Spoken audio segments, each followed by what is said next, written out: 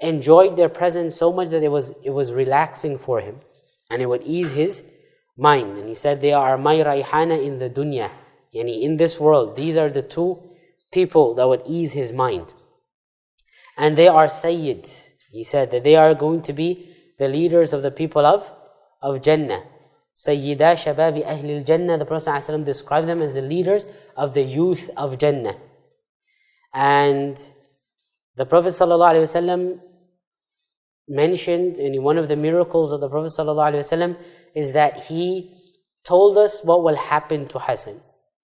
And once he was on the mimbar, he was given a khutbah, and Hassan, when he was a child, came onto the mimbar.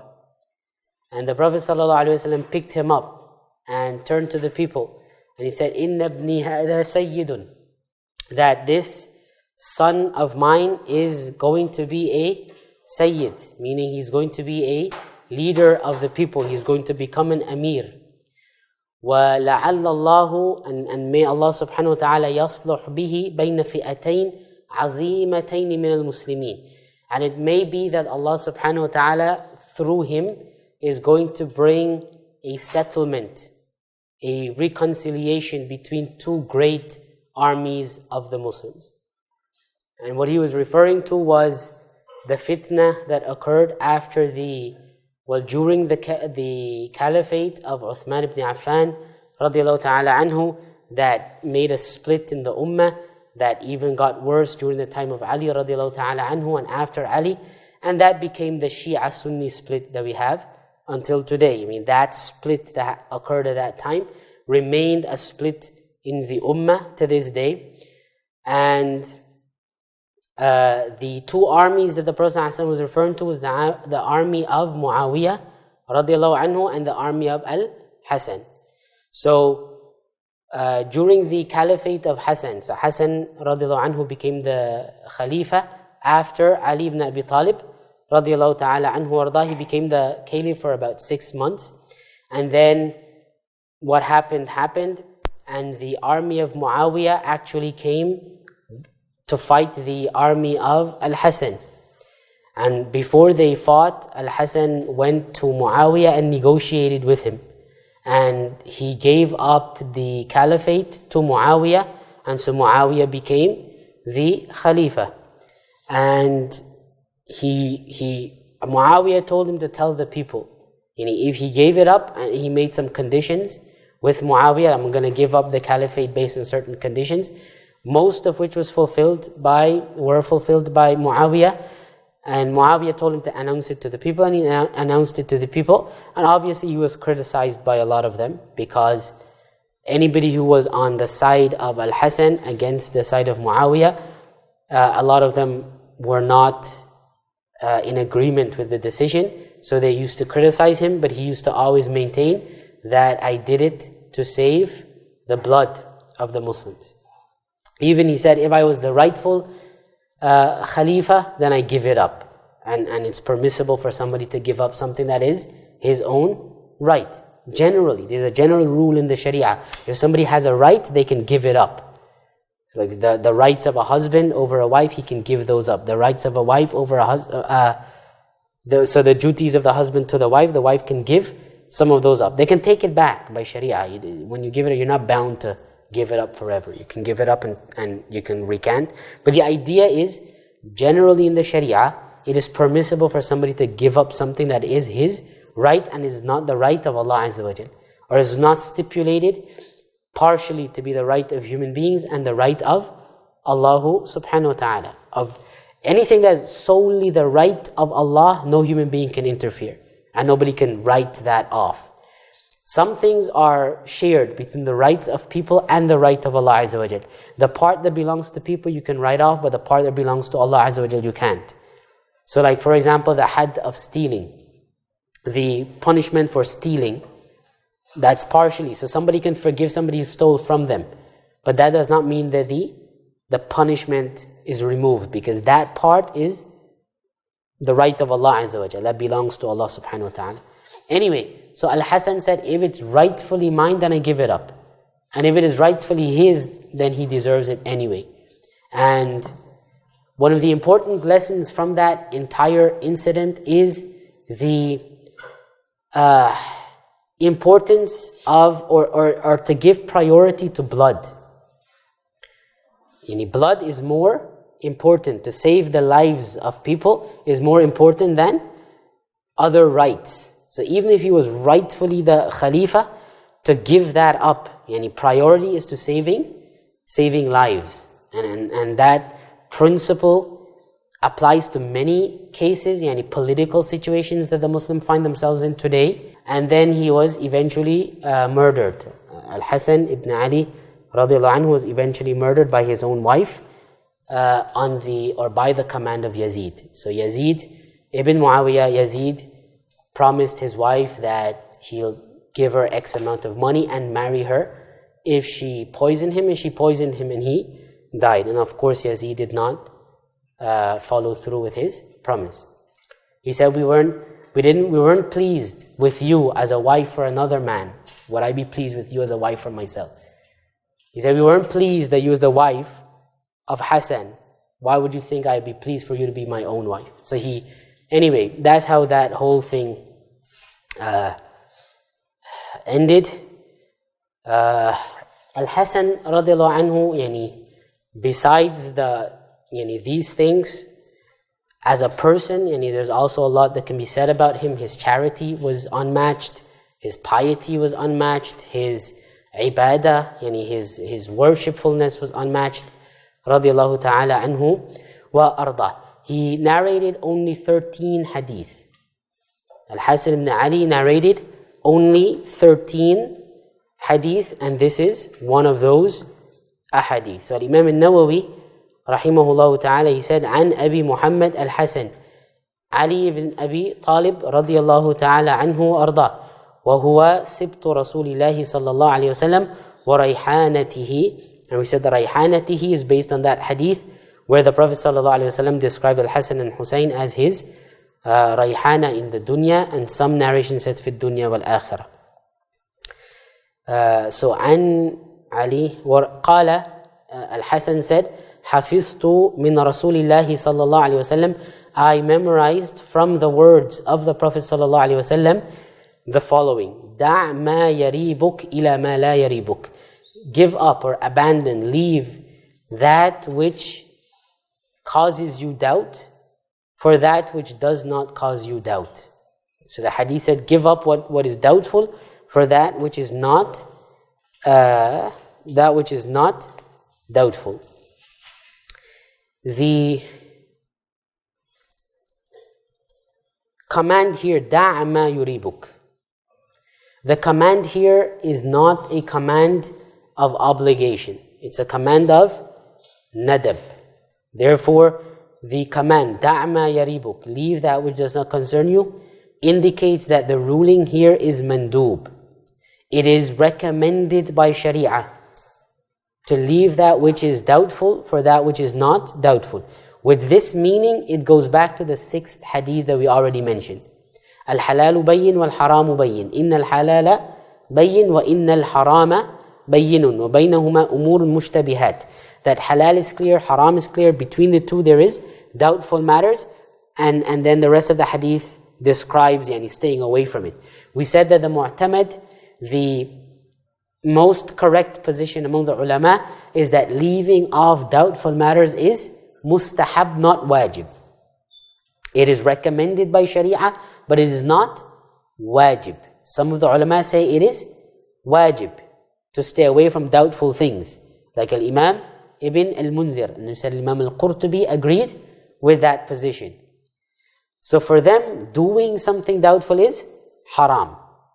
But we said majority of the ulama say doing doubtful things and staying away from doubtful things is mustahab, and therefore doing them, knowing that they're doubtful, is makruh. So same thing here. If we take the interpretation in the 6th hadith that staying away from doubtful things is mustahab, then the command in this hadith would also be for istihbab, but not wujub. It is the command of recommendation and not the command of obligation. If we take in the sixth hadith, if we say that doing mushtabihat, doing doubtful matters is haram, then the command in this hadith is for obligation.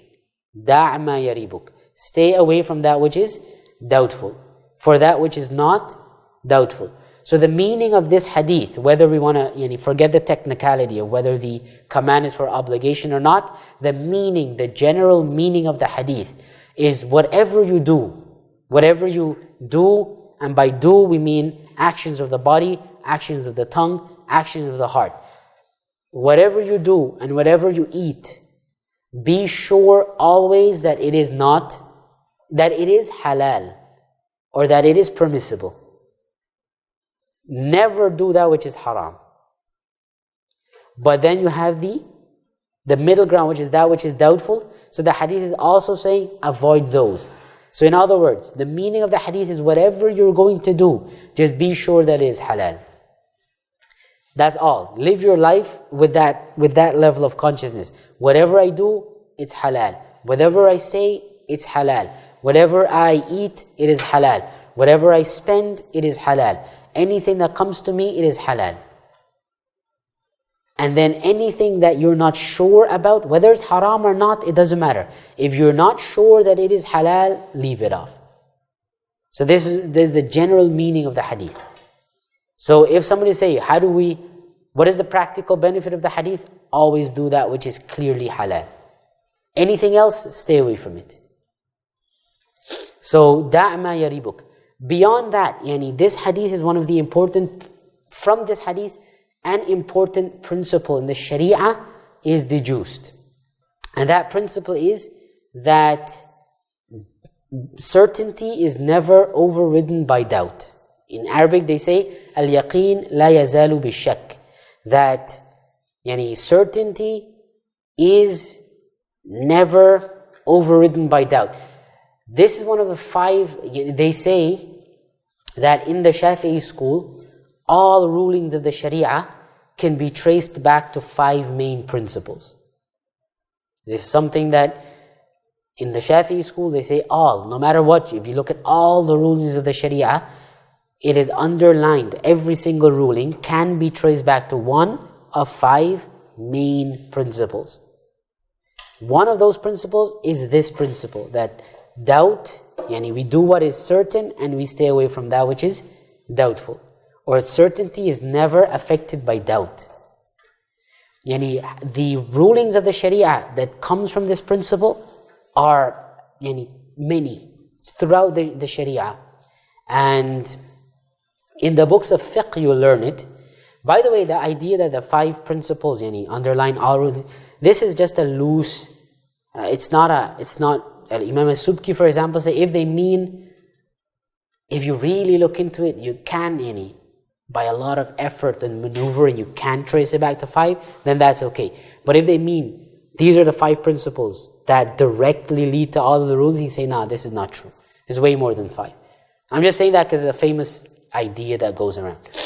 But the idea is that it still shows the importance of these 5 principles. Some examples will be things like, I am sure I made wudu, 100%. I have doubts as to whether I broke the wudu. What do I do? Do I have to make a new wudu or not? So we say, what are you certain about? That I made wudu. What are you uncertain about? That I broke the wudu. What did the Prophet ﷺ say? Da'ma yaribuk. You can say yaribuk or yuribuk. Da'ma yaribuk. Leave that which is doubtful. Ila ma la yuribuk. To that which is not doubtful. So what am I not doubtful about? That I made wudu. What am I doubtful about? That I broke the wudu. Leave what you're uncertain about and work with what you were certain about. So do you have to make a new wudu? No. Because you have certainty that you made wudu and you're not sure that you broke the wudu. So you would not be obligated to make a wudu when you're not sure that you need to make a wudu. Another version of that, not only another version, not another version. This idea is also, there's a direct hadith to that matter. So even if the principle, another hadith actually supports this ruling that we can derive from the principle. And that is a hadith where somebody told the Prophet ﷺ that when he prays, he thinks that he might be passing wind.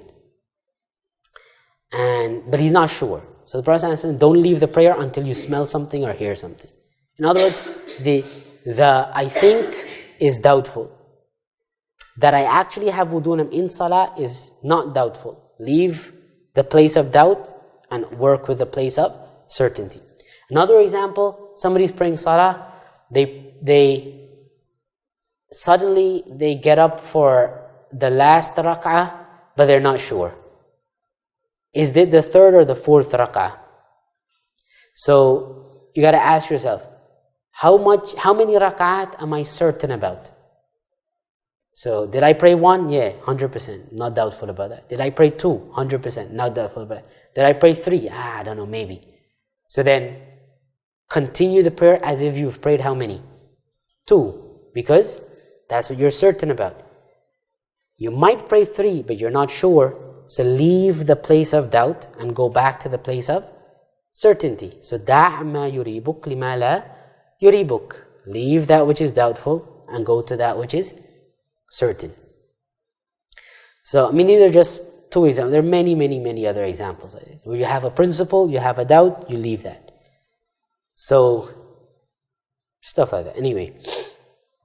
But the detail of that is learned in the books of fiqh, and then later on when we have qawa'id al-fiqh that became a subject, a lot of that is dealt with in qawa'id al-fiqhiyya.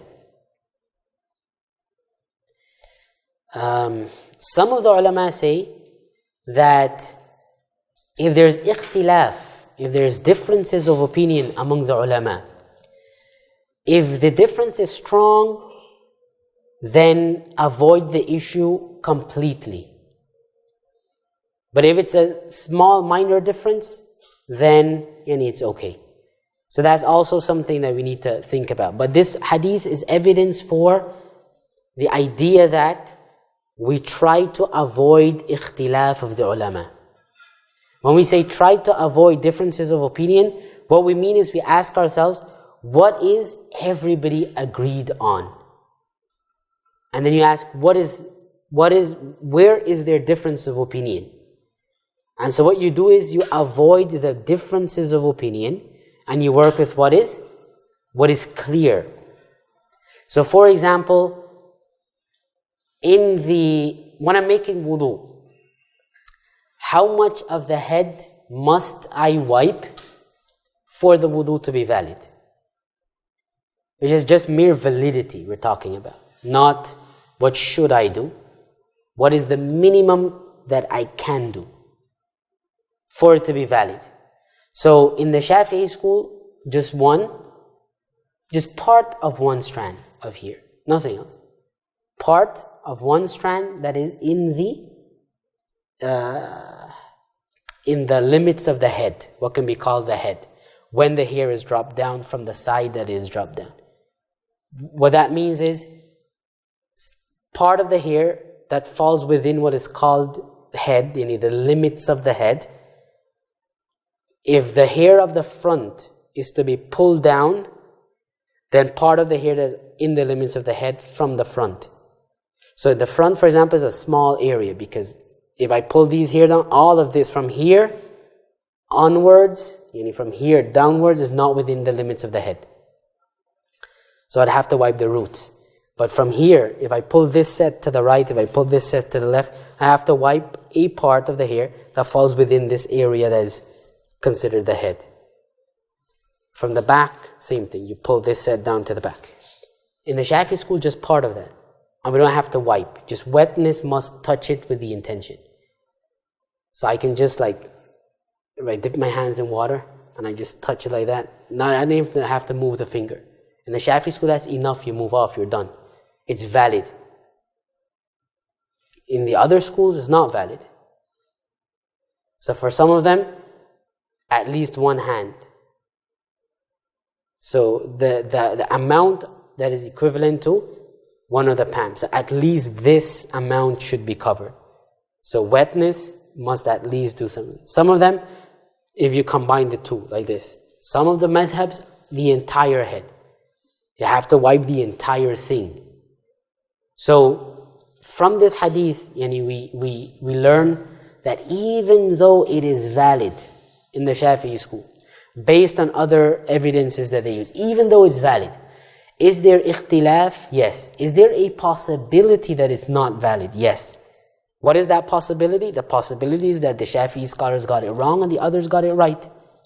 So once that possibility exists, the hadith is saying, دَعْمَا يَرِيبُكَ, leave off that which, the place that can cause doubt, and go to that which has no doubt at all. So when you're making wudu, as a Shafi'i, what is the optimum? To just do what you know is minimally valid? Or no, to do what is?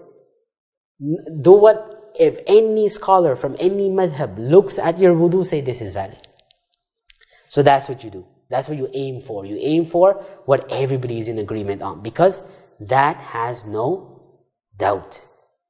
The others have doubt. And if you do less than that, there's doubt. Is that clear? So this is just a principle that we also get from this hadith. Is always try to do the optimum.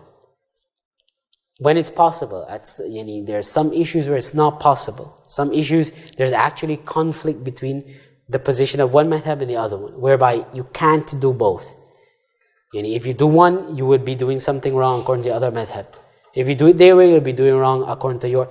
Those kind of issues is where you have to do it according to your madhab. But whenever there's a possibility of coming out of the ikhtilaf, then you come out of the ikhtilaf. So دَعْمَا يَرِيبُكَ لِمَا لَا يَرِيبُكَ, or دَعْمَا يُرِيبُكَ لِمَا لَا يُرِيبُكَ.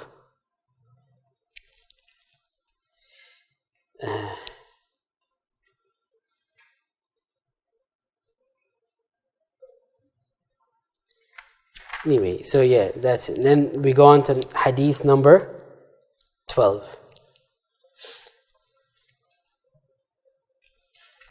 Is that hadith clear? That one, if the explanation of that hadith is more in a fiqh context, will be more. That hadith, if you put it within the context of fiqh, then the explanation becomes way wider, because then they'll actually go into the minute detail of the application of the hadith in fiqh and qawaid. So in qawaid al-hadith, the books, not qawaid al-hadith, in qawaid al-fiqhiyya, the books of qawaid, this hadith and the first hadith, إِنَّمَا الْأَعْمَالِ بِالنِّيَّاتِ, and some others are major bulks of what is discussed in qawaid al-fiqhiyya, because the implication of the hadith, there's more implications of these hadith in very minute fiqh context than it is in a general. Yeah. And what if you don't have any reference between other madhabs? Do you just go by default by the certainty that you have before you practice it? That's if you really have nobody to ask. So for example, like you said, that you're from wudu. So if you've grown up knowing that a small amount is fine and my wudu is valid, and you've got a comparison between other madhabs that the majority is better. Yeah. Would you be asking for every detail of everything you do to compare? Yeah, the thing is that's why I said you would have nobody to ask. Because usually these kind of things will be worked out in the books of fiqh. Which means, when I say the books of fiqh, I'm not saying books of fiqh where only people who study fiqh will have access, but even ordinary people. So for example, you learn this in wudu. So for example, if you go to a class, every madhab, no matter what, when it comes to the sunan of wudu, if everybody teaches so in fiqh, when we talk about wudu and salah and all of this, we have the arkan, which is the integrals that have to be done. If these are not done, the prayer is invalid. Then you have, beyond the arkan, you'll have different levels of sunnahs. Sunnah here is a technical fiqh word that means it is not wajib, it is recommended. In fiqh, this is what sunnah means. It is important to make that distinction because in hadith, sunnah means something else. So when the fuqaha say X is sunnah, they don't mean we have a specific narration from the Prophet ﷺ that he did X. That's not what they mean. When the fuqaha say X is sunnah, they mean it is not fard, but it is recommended. When the muhaddithun say this is sunnah, they mean we have a very specific narration where the Prophet ﷺ did or said or approved of a description attributable to the Prophet ﷺ. So we have the arkan, we have the sunnah. The fard, and we have the sunnah. And then the sunnahs can be of different levels. So usually what you learn is the arkan and you learn the sunnahs. If everybody in each madhab implement the sunnah, then they'll basically be fulfilling the wudu for everybody else. Because basically what other madhabs say is fard, the Shafi'is will say is sunnah. So if you do the sunnah, if you make the wudu full, according to the Shafi'i school, you will be fulfilling what other people say is fard. So yeah. But in terms of if the question was generally, when we don't have a ruling or we don't know the ruling of the fuqaha, should we just go back to what we've learned in these hadith? Generally, no. Because the implementation of hadith, how hadith is to be implemented, the detail of that is the detail of that comes from the fuqaha. Implementation of hadith is the sphere of the fuqaha. So that's why the answer I gave was if you have access to nobody, somebody who accepted Islam and really cannot get clarification from anybody, but they learned something from a hadith. Somehow they come across information from hadith or Quran, something like that, and they have nobody to ask, and they just want to, instead of just being blind, I have read something, I've heard something. In that case, maybe, I can't even say yes comfortable, but maybe, because they'll still be rewarded for wanting to implement the Sharia, for wanting to implement what they learn from Quran and Sunnah. So they might be rewarded for that. But that comes down to when they really have nobody to ask something. But as long as they have access to people to ask, then nobody can pick up a book of hadith or Quran and say, oh, I'm going to implement what I read. Because it doesn't work like that. There's a lot more that goes into it before we know how the Quran and Sunnah should be implemented. That's why I'm saying that. That's why I'm just giving the basic meaning and move on. Because the detail, the practical implication of the hadith of this hadith is, or are worked out and detailed in the books of fiqh, not in the books of hadith. That was the 11th or the 12th? The 12th? Oh, that was the 11th. Now we're going to do the 12th. So the 12th hadith, Imam al-Nawawi, rahimahullah subhanahu wa ta'ala, narrated from an unbroken chain to Abu Hurairah, radiyallahu ta'ala anhu arda. Abu Hurairah, we already spoke about him, Abdurrahman ibn Sakhar. His name was Abdurrahman ibn Sakhar, radiyallahu anhu, that, you see, أن رسول الله صلى الله عليه وسلم قال, that the Prophet صلى الله عليه وسلم said, من حسن إسلام المرء تركه ما لا يعنيه. حديث حسن رواه الترمذي وغيره هكذا. So Abu Hurairah said that the Prophet صلى الله عليه وسلم said, from the perfection of a person's Islam, or from a person perfecting his Islam, or from a person being a good Muslim, a part of a person implementing Islam properly. This is the meaning of it. Is, and then he goes on to describe something. But in the beginning here, he said, min husni Islam al-mar, yani from a person's proper implementation of Islam.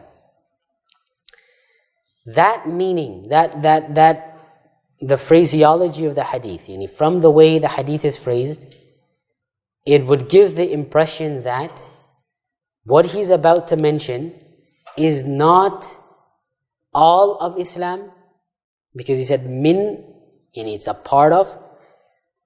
Also, it's not a constituent part of Islam. It's not the whole of Islam, nor is it a constituent part of Islam, but is rather a quality of a person's implementation of Islam. Because he said, min husni islamil mar'i. He described what he's about to mention as being a quality added to Islam, or to a person's practice of Islam. It's like saying from the beauty of a thing. The beauty of a thing is not a part of the thing. A beauty of something is not a part of the thing. The thing is not made up by the beauty. Beauty is a quality that exists in a part of the thing. So, a car, for example, if we say, oh, the color of the car is beautiful, the color is not the car itself. The beauty of the color of the car is also not a part of the car. The color is something, it's a quality that can be added to and taken away from the actual car without decreasing the actual car. Is that clear? So the car is the entire thing that's made up of multiple parts. The multiple parts would have qualities like size, shape, color. These things can be taken away from it, or more can be added to it, or it can be enhanced, or it can be marred, but the car would still remain. Is that clear? So the Prophet said, min husni islam al-mar, is like saying from the beauty of a car is. It's not saying that it's a part of the car, nor is it saying it's the entire car. It says a quality of the car. So some of the ulama looked at this and so is what he's about to say not a part of Islam itself? Do we have the option to leave it off? Because if it's not a part of Islam, it's like somebody can say, okay, I can drive a car without any color at all. I don't have to. If I want a car, I don't have to have a color. I can just drive it. So something like that. So this is a discussion that the ulama have. What is meant by the hadith? Min husni Islam. Like, a lot of people, they build the concrete houses, but they don't paint it at all. You can't say anything about their house. You can say your house lacks a part. No, it has every room and everything. So do I have to have it? Do I have to paint it? Is that necessary? Is it just a matter? Here's the question when it comes down to it. Is it just a matter of beautification, or is something more substantive? What is about to be mentioned in the hadith? Is it more substantive, or is it just a matter of beauty? In the sense of somebody who says, I can just drive a car without paint, or live in a house without paint. Or does it actually add to the substance of the Islam? Because of the phrasing of the hadith, the ulama differ on that. So what majority of them say is that no, it's actually a substance, it's part of Islam itself. But in Arabic we have something called majaz mursal, where you can mention a thing, but you mean something else. But what you mention is the one thing, by association, you mention one thing, but because of the connection, you mean to refer to something else. This is called majaz mursal in the Arabic language. And it exists in the English language as well. An example would be, can I have your daughter's hand in marriage? A father does not expect that what you mean is, can you chop the hands off, give me that. Keep the rest, I just want the hand. That's not what it meant. But you're in language. The phraseology is, I'm using hand to refer to the entire thing. I want to marry your daughter, not just your hand. So they're saying that this phraseology is like that. It's not saying, min husnil Islam is not just about beautifying Islam. In the sense that doing what he is about to mention is just a matter of beautification. If you want it, it's going to be beautiful. If you don't have it, it's okay. That's not what it means. What he's about to mention is a part of Islam. It's an actual part of the religion. It's a major part of the religion. But he mentioned it by using the word beauty, by saying that if somebody wants to properly implement that part, if you want to properly implement Islam, then do what I'm about to tell you. So it's not just about beautification. من حسن إسلام المرء, from the proper implementation of the Islam of a person, is تركه ما لا يعنيه, is to leave off, is to abandon everything that does not concern him. If it doesn't concern you, leave it off. تركه ما لا يعني, that's the entire hadith. من حسن إسلام المرء تركه ما لا يعنيه. So the proper implementation of Islam demands that you give up or do you leave off everything that does not concern you. What does it mean, does not concern you? So the concerns of a human being would be two. Generally, we can categorize the concern of every single human being into two categories. It all goes back to a single category, but we could categorize it into two, and that is dunya and akhirah. We're in this world, and we have to take care of two aspects. As long as we live, there's two aspects that we have to take care of. One is the akhirah. In other words, we have to prepare for the akhirah. Everything that we do here has an impact in the akhirah. So we have to take our time and we have to give it our focus. Our concern is the akhirah. But at the same time, we have to live in this world. So we also have to take care of the dunya, our dunya. So the concerns, when the Prophet ﷺ said that which does not concern you, give it up. So we have to, that necessarily begs the question, so what does concern us? Because in order to leave off what does not concern you, you have to know what concerns you. Right? If we just put a whole bunch of things here, a bunch of pencils, and I tell you just pick the ones that are yours, how do you know which is yours? You have to be able to identify. And by knowing what is yours, then you'll know what is not yours. So if I say leave what is not yours, you have to know what is yours. So when the hadith said leave that which does not concern you, we have to now know, in order to leave what is not our concern, we have to know what is our concern. Your concern is anything, any or everything that pertains to your dunya and your akhirah, that's your concern. If it doesn't pertain to your dunya or akhirah, it's not your concern. So if it has an impact on your akhirah or it has an impact on your dunya, when you say impact, it brings a return. It brings a positive return to your dunya or to your akhirah. That's your concern. If it does not bring any sort of benefit to your dunya or akhirah, it's not your concern.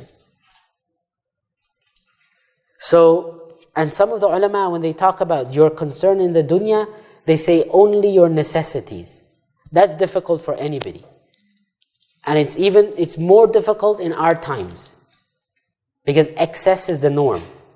In earlier civilizations, even non-Muslim civilizations, it was easier to just take care of your necessities. Necessities means as long as you can eat and survive for the day. The clothing, you have to cover yourself for the day. What you need to provide some shelter over your head, that's your necessities. If you're going to survive, you're not going to die, that's your necessities. Earlier civilizations, easy. Today, because we live in a world of excess, where people think even excess things are necessities. That's the world we're living in. So, and it affects even people when they talk. This idea affects even people in the realm of fiqh. So you'll have people giving fatwas like, yeah, you can take a loan from a bank to take care of your necessities. And so what are your necessities? A house with 4 baths and like 5 rooms. And it's like, no, that's not necessity. That's not a necessity. So how can you permit a haram for something that you're calling a necessity? It's not a necessity. And we can even go further than that, but the point is established.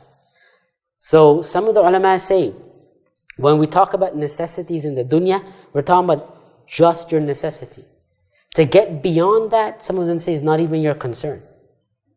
In other words, if you manage to get, then okay. But if it takes away too much of your time, to get beyond your necessities, to get food beyond what you need, to get shelter beyond what you need, to get clothing beyond what you need, to get relaxation beyond what you need.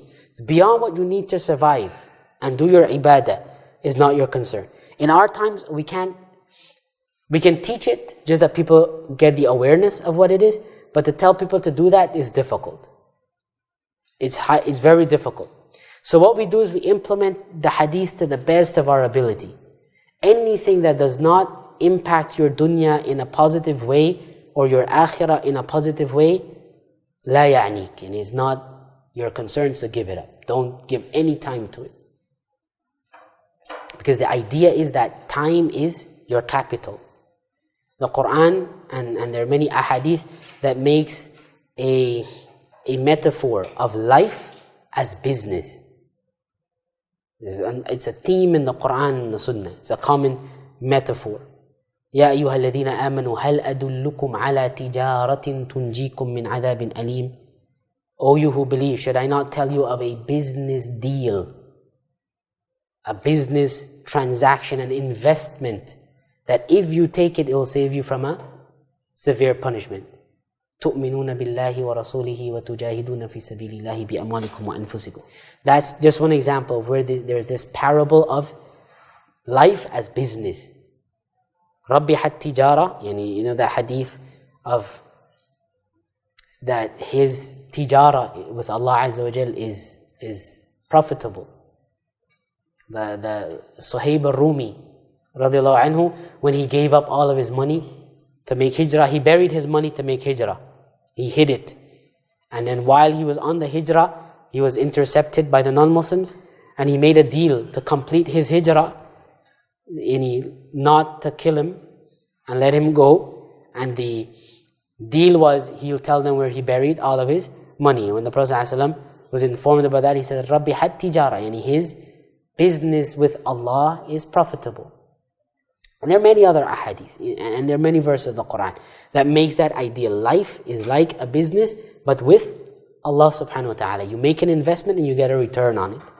Where do you get the return? In the akhirah. So the hadith is saying, look, life is like that. And Allah Azza wa Jal gives everybody capital. The capital that you've been given is time. So only use that time in that which brings a return, a profit. This is basically what the hadith is saying. If you want to implement the religion properly, then the capital that you've been given, only spend it in something that you'll get a profit from. If you're spending and you're not getting a profit, then you're doing bad business. So if you're spending 10 hours a day, you get nothing in the dunya, you get nothing in the akhirah. And time is your capital. That means you're not making wise investments. You're using your capital and you're losing all of it. So Imam al-Ghazali speaks about this at length in the Ihya Ulumuddin. So every minute is capital.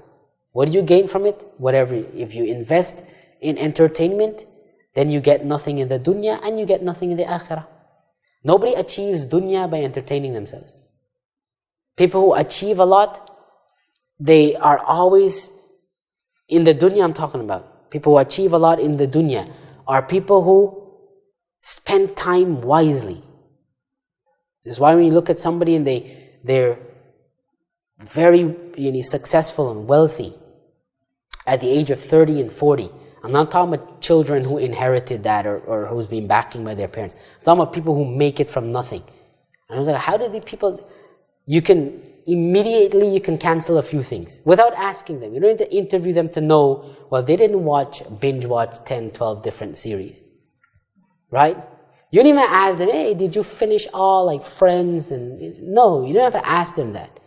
You can right away know, okay, this guy is 30, he has that, wasn't given to him by his father or uncle or anybody. He didn't watch TV. I can be sure he didn't watch TV. He didn't watch movies. You play soccer every day with your friends. No, definitely, I can be sure he didn't do that. Why? You don't achieve anything by spending your time in nothing that comes back. You gotta always be. One time, there's an interview with somebody I saw, and this is something that stuck with me. The interviewer asked, how did you get what you get? Like, how did you... And the person said, every time I'm agitated. If I'm sit down doing nothing, I'm agitated and my mind just keep repeating something to me that, what are you accomplishing now? What are you accomplishing now? What are you accomplishing now? Until I get up and go do something that I can answer that dialogue in my mind. So when the next time my mind says, what are you accomplishing? I have an answer for it. This is what I'm accomplishing right now.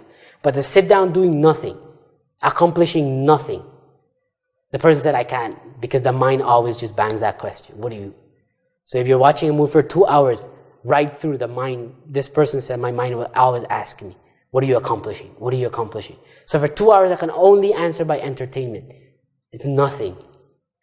So then the person said that would force me to just leave it, go do something that I can show. So when the mind gives that question, will you accomplish? I can say, oh, I did this. Oh, I built a website. Why? Because that's going to bring in some money.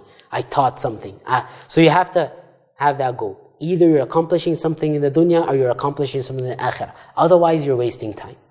So when the hadith says, دَعْ مَا مِنْ حُسْنِ إِسْلَامِ الْمَرْءِ تَرْكُهُ مَا لَا يَعْنِيهِ, it's saying, give up anything that will not bring a profit to your dunya or your akhirah. And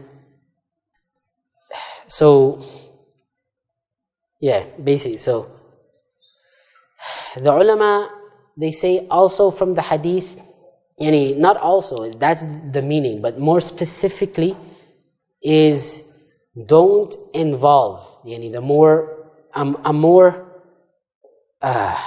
apparent meaning of the hadith is don't engage in speech that really has nothing to do with you. Don't ask about people's affairs that if it doesn't have anything to do with you. Don't ask about things that have nothing to do with you. Because it opens the door to a lot of corruption. It opens the door to a lot of sins. It opens the door to a lot of fighting and conflicts in the dunya. Some of the ulama, they would say that the worst thing you can ask is, how is somebody doing? Because that opens the door for backbiting, slandering, speaking about stuff, speculation. Most of what we hear is speculation. Most of the conversations of people are not based on any facts or any real, it's just speculation. So the hadith is don't ask about, don't involve in conversation that really has nothing to do with you. If it's not, nothing is going to benefit you, if you have no real reason to be asking about a thing, then don't ask about a thing. Even small things. People used to ask Imam Malik radiallahu anhu what is his age, and he would say, it's not your business. But with this word of the hadith, la ya'nik, that wouldn't enhance your dunya or akhirah in any way. Don't ask about it. Or to have small talk about. Once they say one person went to somebody else's house, sat down on the cushion and then asked him, how long the cushion took to make, what is the material, stuff like that. And then the alim told him, la ya'nik.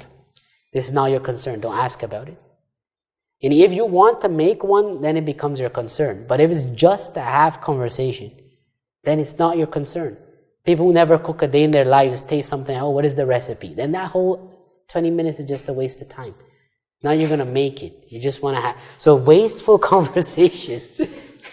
So they say, just waste, though. Don't waste your time on those type of things. Just focus on what you have to focus on. If you have nothing to speak about, just do dhikr. But don't waste your time speaking about things that really are not your concern. Now, somebody can say, but like small talk and stuff like that, there is benefit to it. If there is benefit to it, then make the intention for that benefit. That way you get blessing. So we're not saying, look, don't be involved in any conversation. That makes life very strange. If we say that this is the meaning of the hadith, then Muslim societies are supposed to be just people silent, just walking around, no conversation. Because most conversations are just small talk to fill the space. We're not saying don't. We're saying if you do, then the intention should be for that benefit, because then it's a return in the akhirah. So you meet somebody and you're thinking, this person, there will be some happiness. If I ask the person about, if I praise the food, and say, hey, your food tastes really nice. And then I ask them how it's made, just to have that conversation. If the intention is, this person will be happy, I would make them happy, then that's a good intention. So the conversation is not wasting time. It's not ma la ya'nik. Because now you're getting something for it in the akhirah.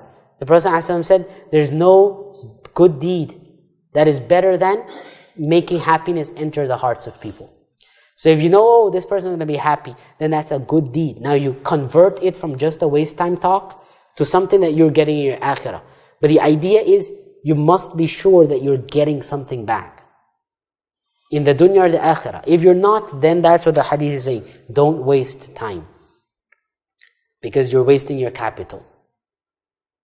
So Allah gave you that. Just imagine like a game where everybody starts out with a certain amount of money, and then the game is to invest and all of that. If you're investing in nonsense, and in the end you're the loser in the game. The game's finished, you're the loser, and you think about, I bought a whole bunch of, no, I spent a whole, you spent a whole bunch of money, but you didn't get anything from the money. Other people are more wise in what they spend and how they got back from it. So that's how you treat the dunya like that. You treat time like that. So avoid anything that is not your concern. Concern, we say, mean what? Dunya and akhirah. If it's not your concern, leave it up. Some of the ulama say that the result of this, meaning of giving up anything that is not your concern, the result is that you develop a level of what is called istihya, yani shyness before Allah Azza wa Jal.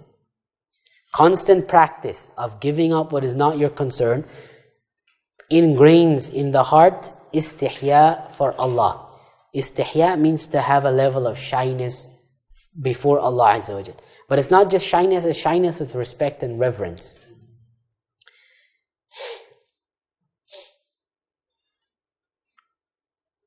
And this is why there's a hadith, the Prophet ﷺ said, al-istihya'u min Allahi haqqa al-haya, to have haya, to have shyness, to have reverence for Allah Azza wa Jal that involves being ashamed to do that which is not pleasing to Allah. This is istihya. The Prophet ﷺ said to have true istihya before Allah Azza wa Jal is to protect the head and anything that it contains. Protect the head and anything that it contains. What that means is to not look at things that are not beneficial. Not listen to things that are not beneficial. You protect the head and the entrances that we have on the head to the mind, protect them. Be careful of what enters that. Which would involve this is the meaning of the hadith, right? Because if you're not concerned about that, then is when you'll be looking at things that does not concern you, or listening to things that do not concern you. But if you're careful because of haya for Allah Azza wa Jal, you'll be very careful of what you see. You'll be very careful of what you hear. You'll be very careful of what you say. You'll be very careful of what you eat. Why? Because you don't want to be doing things that won't benefit you in the akhirah. So the same meaning is being emphasized here. So if people only do that which is beneficial to their dunya or their akhirah, then they will develop haya for Allah. Why? Because the Prophet ﷺ described istihya as being careful of the head and what enters it. Because not only what enters it, the problem when something enters the head is that it becomes the substance of thought and consciousness. Whatever enters the head, meaning the channels of the head, the eyes, the ears, becomes the substance of a person's consciousness. Because that's what they'll be thinking about. Think about if you watch a movie, and then when you're showering, just after the movie, you're just walking around, you're just cooking and eating, and what is it that you're thinking about? The movie.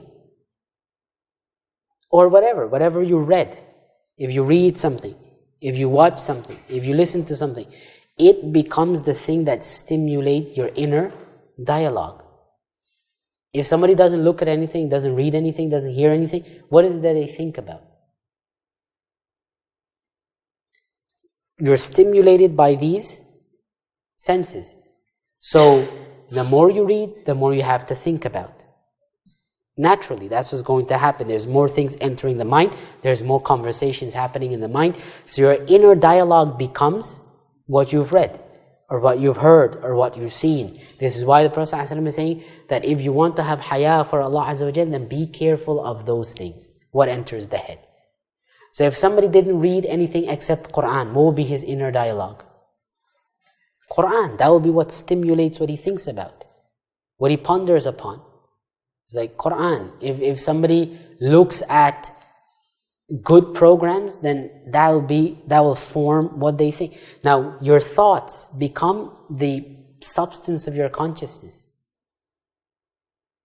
If somebody recites Al-Fatiha all the time, that's all they recite and that's all they think about, that's all that's going through their mind. If somebody hits them on the head and they have some brain problem and they're just repeating something, what do you think they'll repeat? Al-Fatiha.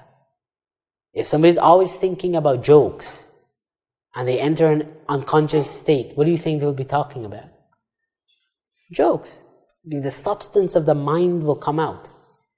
That's why sometimes when they put these people in, when they put the anesthetic in to do surgery and stuff like that, people just say a lot of, what are they saying? They're not thinking right now, so they're not controlling what they say. But there must be something inside that comes outside. Right? You never put a blank cassette into a tape play cassette, like his reference in the 1980s. You don't put a blank thing and play it and get something out of it, right? If it's blank, it plays blank. So if somebody's in that state and they're saying something, like audible sounds that are making sense, or at least words that we can identify, it means that those words are on the inside, because it won't come on the outside if it's not on the inside. So that's what the substance of their consciousness, what comes out. So if you watch a lot of junk and that's what you think about all the time, then that's what the substance of your consciousness is, junk. If you read beneficial things all the time and therefore think about it all the time, then the substance of your consciousness is going to be that. So the hadith says, to have true haya of Allah is to guard the head and what enters it, and the stomach and what enters it.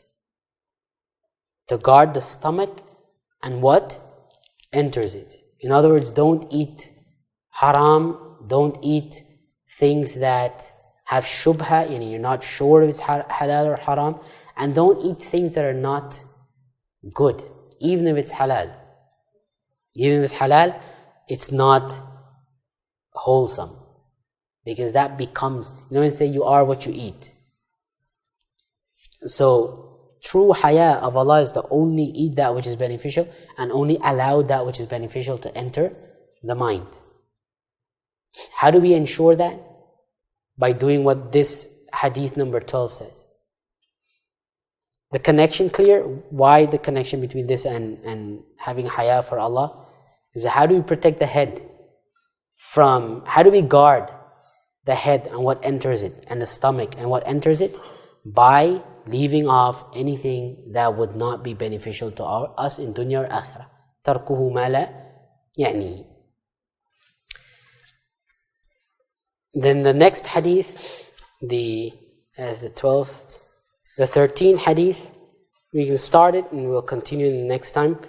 Al-Imam al-Nawawi rahimahullah ta'ala narrates, he said, عن أبي حمزة أنس بن مالك رضي الله عنه وأرضاه خادم رسول الله صلى الله عليه وسلم أن رسول الله صلى الله عليه وسلم قال لا يؤمن أحدكم حتى يحب لأخيه ما يحب لنفسه. That none of you truly believes until he loves for his brother what he loves for himself. I guess we'll continue with that in the next session, inshallah ta'ala. Just to go back to the 11th hadith, because the rawi we didn't mention. The 11th hadith, دَعْ مَا يَرِيبُكْ لِمَا لَا يُرِيبُكْ. He said this one was narrated by Imam al-Tirmidhi وal-Nasa'i. At-Tirmidhi, we can say Tirmidhi, or we can say Turmudhi, or we can say Tarmidhi. It's, the ulama differ. The most popular one is Tirmidhi, though a lot of the muhaddithun argue that the most correct is Turmudhi, with a dhamma. So he said it was narrated by Imam al-Tirmidhi and Imam al-Nasa'i, or you can say al-Nisa'i. And at-Tirmidhi said, Hadithun Hasanun Sahihun. Now this phrase, Hasanun Sahihun, is in the classification of hadith by Imam al-Tirmidhi, this is a unique classification that he uses, where he would say a hadith is Hasan Sahih. Generally, you would not be able to put these two things together, because if it's Hasan, it means it's not Sahih. But when Imam al-Tirmidhi will say Hasanun Sahihun, what he means is it is Hasan according to some and it is Sahih according to some. Meaning that according to some of the muhaddithun, the hadith fulfills all of the conditions of a sahih hadith. So they would say that the hadith is sahih. Others say that the hadith does not fulfill all of the conditions of sahih. They classify it as being hasan. So Al-Imam al-Tirmidhi would say hadithun hasanun sahih, because Al-Imam al-Tirmidhi didn't, he can't support either of the two for himself. Like he can't say for sure that it's sahih, or he himself doesn't believe for sure that it's hasan. So what he will do is that he report the hadith and say, according to the muhaddithun, some of them say it's hasan and some of them say that it is sahih. And sometimes the difference comes down to one person in the chain.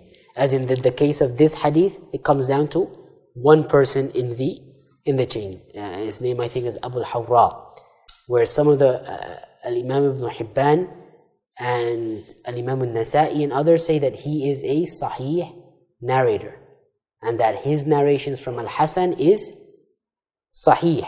We know him, we know that he's thiqah, we know that he is reliable, and that when he narrates from Al-Hasan, that is a reliable narration. Ahmad ibn Hanbal and others say that he is majhul. We know who he is, but we don't know if he's reliable or not, especially when he narrates from Al-Hasan ibn Ali. So for them, it's a Hasan hadith. According to others, it's a Sahih hadith. So Imam al-Tirmidhi says hadithun Hasanun Sahih. We'll continue in the next session, inshallah ta'ala. هذا وصلى الله على سيدنا محمد وعلى آله وصحبه أجمعين والحمد لله رب العالمين.